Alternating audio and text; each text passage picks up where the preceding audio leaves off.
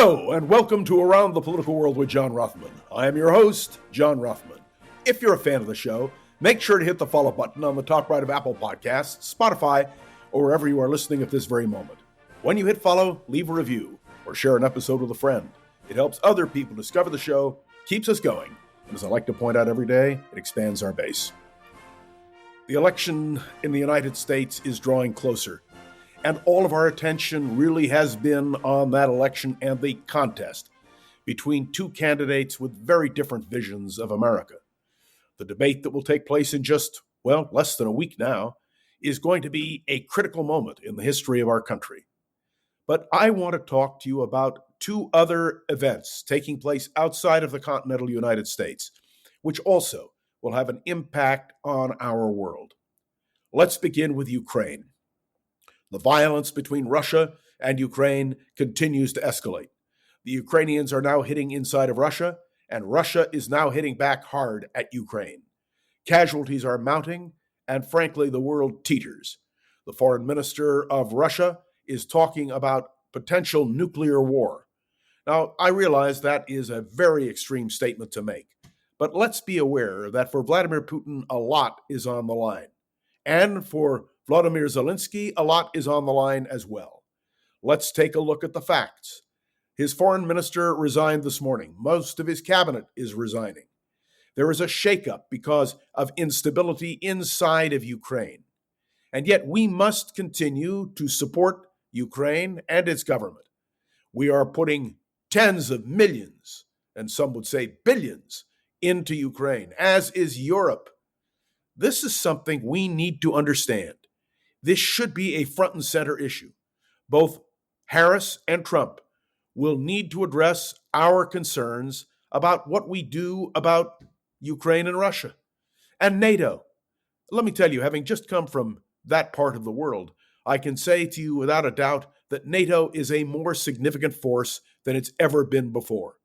That Sweden, which we visited, now a member of NATO because they're afraid of Russia. Finland, which we did not visit, but we came very close to Finland as well. They're deeply concerned about what is happening. And so this is really a sense for me, a wake-up call, that we need to pay attention to foreign policy. We need to pay attention to what's happening. Now, when Donald Trump makes a statement that he can solve the problem with Ukraine in 24 hours, we better press him on it. We better understand what it is that he's talking about. And with Kamala Harris, her commitment to Ukraine is clear. Her statements and her actions at the summit in Europe more than a month ago now, supporting Zelensky and Ukraine, frankly, it resonated with me. But what do we in the United States believe our role is in the world?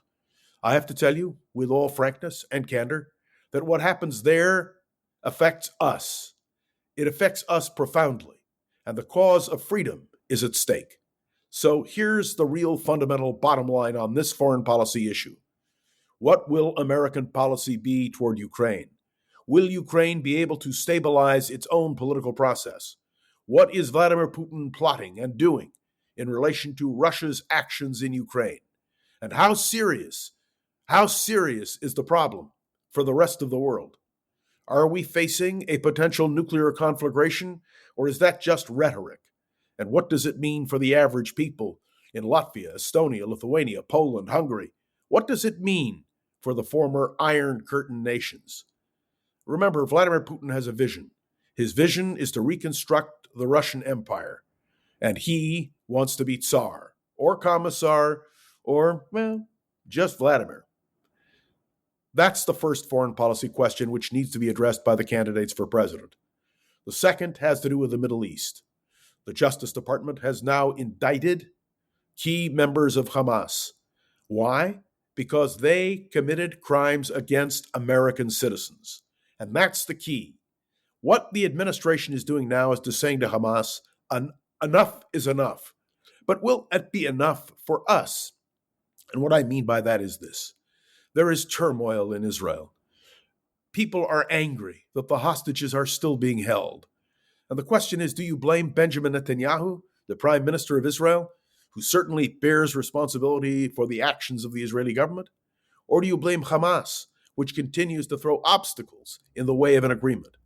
And how hard can America and the world press the Israelis when, in fact, the problem lies with Hamas? They are the ones who hold the hostages. So the question becomes, where do we stand? One thing is clear. The United States stands firmly with Israel in its right to defend itself against Hamas, an Islamic terrorist organization. We know that their indiscriminate murder of Jews, of non-Jews, of American citizens is a clear and present threat to the world. We understand that despite those who try to obfuscate, that Hamas still calls for the absolute total destruction of Israel. I must say to you that when I hear people talk about a peace agreement, this is not a peace agreement. Whatever is forged is simply a temporary action in order to save the lives of hostages. It will not bring back those who were killed, and it will not bring back those who are still being held. This is a tragic moment because it shows impotence. There is nothing worse for a nation to feel than that it is impotent. Impotent whether it comes to Ukraine or impotent whether it comes to Israel and the hostage crisis. How do you deal with irrational people? That's the question I ask myself when I deal with Putin and when I deal with Hamas. This is a tense and terrible moment, and we are seeing anguish on all sides. Can the candidates for president, when they meet on the debate stage in just a few days, deal with these issues rationally, carefully, precisely? Or will these evolving issues continue to dominate and, yes, diminish our ability to feel potency? This is something that I pose to you this morning, not because it's an easy subject, but because we need to understand that, as Richard Nixon once observed to me, a president's real responsibility is foreign policy. 70% of a president's time is absorbed by foreign policy.